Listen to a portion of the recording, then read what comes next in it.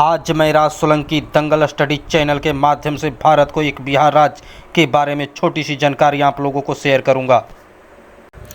वाल्मीकि का रामायण हूँ मैं, मिथिला का संस्कार हूँ मैं, पाणिनि का व्याकरण हूँ, ज्ञान का भंडार हूँ मैं। अजी हाँ बिहार हूँ, राजेंद्र का सपना हूँ, गांधी की हुंकार हूँ मैं, गोविंद सिंह का तेज हूँ मैं, कुंवर सिंह की ललकार हूँ मैं। आजी हाँ बिहार हूँ मैं। जनसंख्या की दृष्टि से बिहार भारत का दूसरा बड़ा राज्य है और भौगोलिक दृष्टि से ब्रह्मा राज्य है। बिहार राज्य का नाम विहार से लिया गया है, जिसका अर्थ होता है मठ। यह वो बिहार है जहाँ पर अनेक संतों का जन्म हुआ। दुनिया के बहुत से हिस्सों में लोग पढ़ना लिखना भी नहीं जानते थे। उस समय दुनिया का सबसे बड़ा शिक्षा केंद्र नालंदा विश्वविद्यालय खुला था, जिसको बख्तियार खिलजी ने जला दिया था, जिसमें 90 लाख पुस्तक जलकर राख हो गई थी। यह जो आकृति आपको दिखाई दे रहा है, यह नालंदा विश्वविद्यालय का है। इस पावन भूमि पर सम्राट जरासंध, अशोक, अजातशत्रु, बिंबिसार आदि वीर राजाओं का जन्म हुआ। आज़ाद भारत के प्रथम राष्ट्रपति डॉक्टर राजेंद्र प्रसाद का जन्म भी बिहार के सिवान जिला में हुआ था। सिखों के 10वें गुरु गोविंद सिंह का जन्म बिहार की राजधानी पटना में हुआ था। आज भी भारत के सबसे ज़्यादा आईएएस बिहार से ही निकलते हैं, लेकिन बिहार की घटिया राजनीति के कारण बिहार भारत का सबसे गरीब राज्य बन गया। आज वही बिहार के वासियों से मैं प्रश्न पूछ रहा हूं कि पहले जैसा बिहार अब क्यों नहीं रहा, जबकि बिहार पहले से अच्छा होना चाहिए था।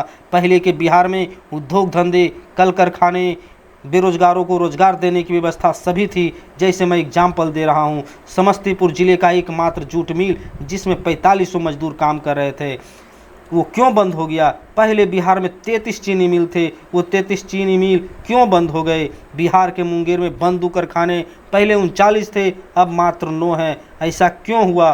बिहार के रोहतास जिला में वनस्पति, सीमेंट, कागज आदि के बड़े कारखाने थे, वो सारे बंद क्यों हो गए? बिहार के बेगूसराय जिला में खाद कारखाना, रिफाइनरी, रेल यार्ड आदि हुआ करता था, लेकिन खाद कारखाना क्यों बंद हो गया?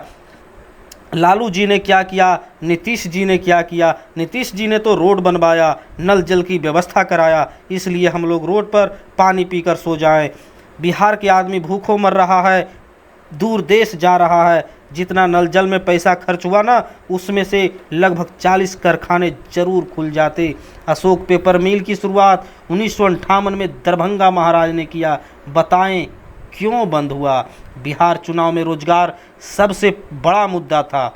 सभी पार्टियों के घोषणा पत्रों में एक वादा जो कॉमन था वह है रोजगार देने का वादा, लेकिन बिहार में इन पार्टियों के ही सरकारों में राज्य के उद्योग धंधे तिल तिल कर समाप्त हुए। नीतीश जी ने क्या किया मैं आप सबको बताता हूँ। इन्होंने शराबबंदी की। शराब बंद है या नहीं ये आप लोग भली भांति जानते होंगे। लड़कियों को साइकिल देने का वादा किया था। जो मैट्रिक में फर्स्ट डिवीज़न और इंटर में प्रथम श्रेणी आते हैं उनको पैसे देने का वादा किया।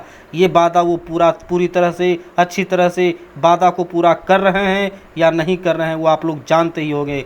फिर तीसरा योगदान दिए जातिवादी का। जातिवादी के कारण क्या होता है? मूर्ख लोग की नौकरी होती है और पढ़े लिखे को बेरोजगारी में भटकते रहते हैं। पढ़े लिखे लोग रोजगार के लिए भटकते रहते हैं।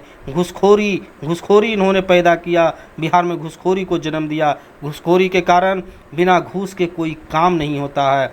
इधर फिलहाल में कोरोना महामारी में इन्होंने आधार कार्ड पर 1000 रुपया बैंक खाता में राशि देने का वादा किया था। वो आपको मिला या नहीं आप लोग अच्छी तरह से जानते होंगे। बाबू साहब, अगर बिहार में विकास चाहिए तो बेरोजगारों को रोजगार चाहिए। बिना रोजगार के बिहार विकास नहीं होगा। इसलिए बिहार में उद्योग धंधे, कल कारखाने की सख्त ज़रूरत है, सख्त आवश्यकता है। लेकिन बिहार सरकार क्या कर रही है वो मैं बताता हूँ। जिस तरह हम लोगों को बच्चे में पैंट फट जाती थी तो माँ ने उस पैंट को मरम्मत कर पुनः पैंट को पहनने कहती। अगर ज़्यादा फट जाता तो माँ नया पैंट ला कर देती, लेकिन बिहार सरकार वो भी ला कर नहीं देती, वो सिर्फ मरम्मत का काम कर रही है। अगर ये वीडियो आप लोगों को पसंद आया हो तो इस चैनल को सब्सक्राइब करें और लाइक करें, और जितना ज़्यादा हो सके आप इसको शेयर करने की कोशिश करें, ताकि ये वीडियो और बिहार की प्रत्येक जनता तक पहुँचे, बिहार सरकार तक पहुँचे, केंद्र सरकार तक पहुँचे। सच तक के लिए जय हिंद।